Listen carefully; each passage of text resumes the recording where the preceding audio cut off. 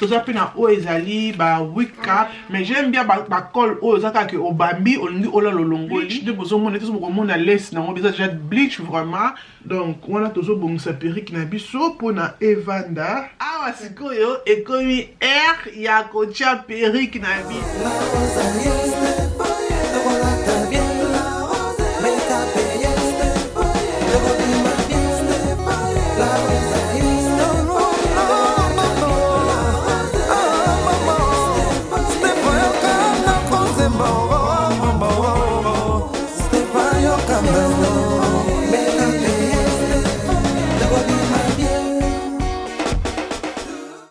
Bonjour les belles dames, j'espère que vous êtes très bien, nga bien par la grâce de Dieu, boni ba santé za bien, nga santé za tokos, nzambe azobatela.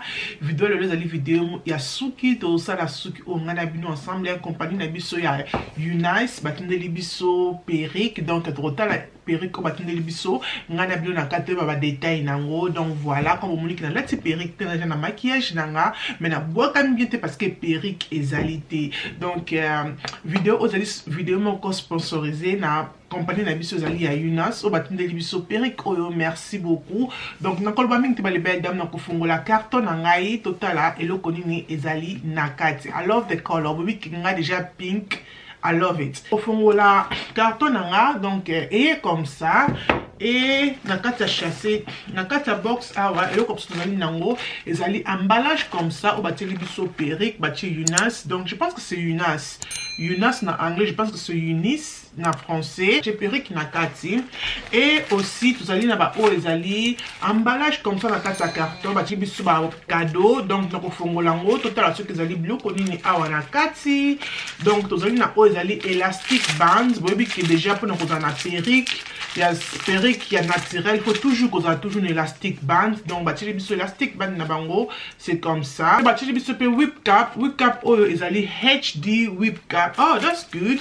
Ezali HD au fongola. Wow, eza vraiment pepele. Eza HD, on a lati oyo, eza HDT, mais ça là c'est HD non longola, nacha HD. Et voilà, bah, les belles dames, ça là c'est HD, eza vraiment pepele na mutu, comme momoni. Ben après on a aussi tozali na oyo, ezali manzaka, ce qu'on a manzaka ya fake, ya ko plaqué yo moko. Et elo comme tout, tozali na yango, na kati, ya carton na biso, tozali na oyo ezali sac comme ça, ezali sac la rose. Et je là, je ne sais pas si c'est quoi. Ça, c'est kilo, comme si c'était la marque. I don't know. Thank you, Unice. Bah, puis biso ezali pain noir. Donc voilà, bah Unice na sima logo na bango. Oh, eza pain noir ya satin. Donc le quoi mikolo oyo moi ezo banda tokola ta pain noir na biso. Pourquoi pas tola tango siko et to sala suki après tokolongola ngo tant la ti perruque na biso. OK, bah les belles dames, et eza pe na ceinture nango comme ça. Eza vraiment so soft. Et on a chassé nango zaki vraiment kilo. Donc on a ce que ça la suki moko na ndaku pona obebi s'appelle lamba na ote okula tango comme ça. Diko eloko oyo eza important na vidéo na biso ezali perruque ya monde eza important. Donc ya monde to ko fongola po total la ndenge perruque o ezali. Donc perruque o nazolata ba bengi yango ezali Unice bye not perruque ezali 7x5 eza glueless. Donc eza sans colle. Eza sans colle, lace body wave individuel avec individuel notes. Bah bien avec individuel notes. Donc voilà.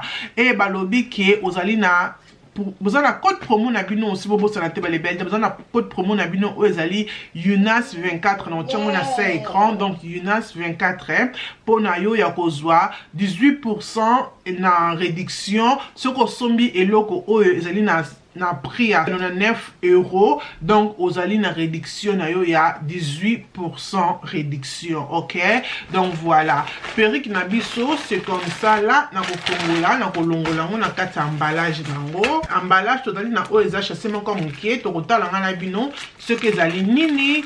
Donc eza élastique ya perruque pour na ko serrer perruque na o ekoyate.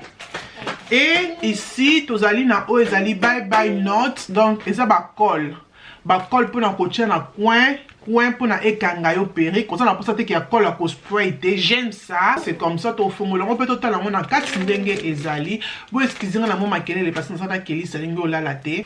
Donc c'est comme ça comme bozo mona et na kati awa soko fongoli oyo awa ezali colle to mona ngana bino bientôt et comme ça perruque oyo et déjà avec des baby hair. Regardez-moi ça. Et déjà avec la salle libiso baby hair et look at the color vous allez l'ongolo na papier sur na nini oyo. Regardez-moi ça, bah les belles dames. Regardez dans oh vraiment pourquoi ça on peut non kende maman feti. On a pas ça mon tout pas cité que kende la salon boy pe ezali sans col perruque na biso. Tout le long du papier oyo perruque na biso c'est comme ça. Regardez ma baby hair hôtel maté ba kata déjà comme bozo mona et je pense même pas que ça n'a pas ce couleur parce que ça déjà na couleur na laisse nango et sous qui na biso bah les belles dames.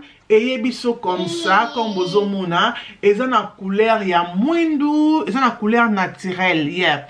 Ils ont la couleur ya naturelle et regardez-moi des bounce, des wana, c'est vraiment soft. Regardez-moi ça, bah, les belles dames, c'est vraiment soft. Donc déjà wave en haut, déjà style en haut pour na yo, donc c'est vraiment facile dans mon temps bah ça la suquité, sous que ça déjà facile pour le masser les déjà, bah quand tu laisse, bah bon c'est le baby hair et on peut saler déjà wave déjà pour na yo on a pour ça mon tout pas cité donc voilà ngala ko perruque ngala ko tchon na mutu mais le quoi na pour traiter pour nous changer couleur no longola oh na zon ça on a zaki nango.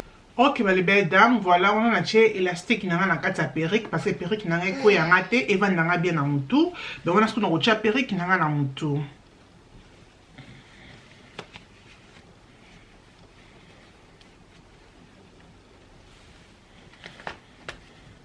Waouh! Ils ont vraiment bien serré. Waouh! Ils ont vraiment bien. Waouh! Nakili Saché. Waouh! Ils ont vraiment bien serré là, les belles dames. Donc, même la check. Oh my goodness! Vous avez un bon son perruque qui n'a suppose là. I love it! Nga bloc à simple. Nga bloc à mi tout pas cité. Nga bloc comme encore au lati. On a peut-être que chaka spray. Eh, bongi ça. Eh, nga bloc à mi tout pas ça. Tamukete. Laisse na ngoza kaka awa. Ti awa. Ne bozo muna. Et le qu'on a ko sala. Na ko cha. Quand bozo muna ke. Tantôt lati c'est comme ça. Tantôt lati. Pour n'achever, rien n'a dur. Pour n'achever à perruque nabiso, rien n'a dur, bah, les belles dames. Ils ont vraiment pété. Ils ont vraiment pété. I love it. I love it. Cheveux, oh, ils ont moulaï. Ils ont parce que ils ont wave. Ce qu'on commence à me tout droit, au long de wave, et qu'on a vraiment moulaï. Oh my god, I love the hair. The hair is so soft. Et là, on a fait ça là, on a joué.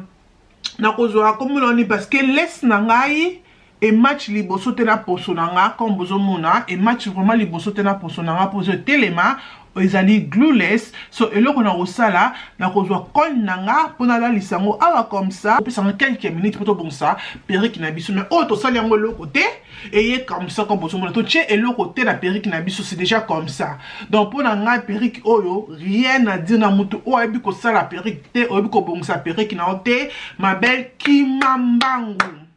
Kimambangu pour na perruque oyo pe prix nango okozala choqué. Prix ya perruque oyo la rose à lati okozala choqué. Suki nango rien n'a dur. Perruque oyo kola tango na mupanzi. Okola tango na kati ndenge alati yango comme ça. Oko comme ça on peut mupanzi soko lingi. Ma belle c'est vraiment I love it. Donc wana na déposé dans le ngoli perruque nanga na déposé ba col nanga.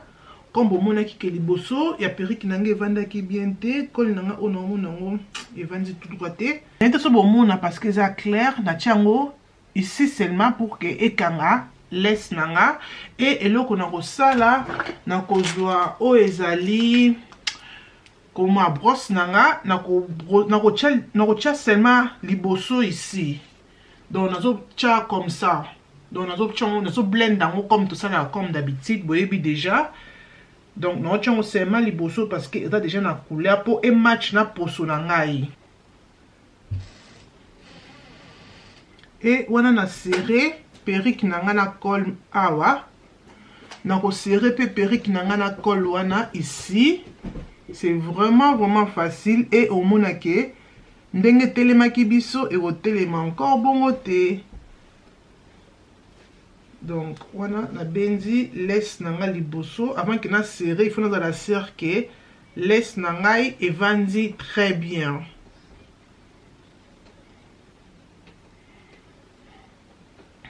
Wana suki nanga ko moni awa ekangami na bakisi col moko na baby hair parce que ela lisango et a pe na che col moko mais soko lingi pe okocha pe col awa na katikati pour que awa pe ela la comme ça mais ngana cheki col te donc on a longola ngo te lono sala na kozwa kaka élastique na ngai na kokanga pour na tikila ngo quelques minutes pour que ezwa elala.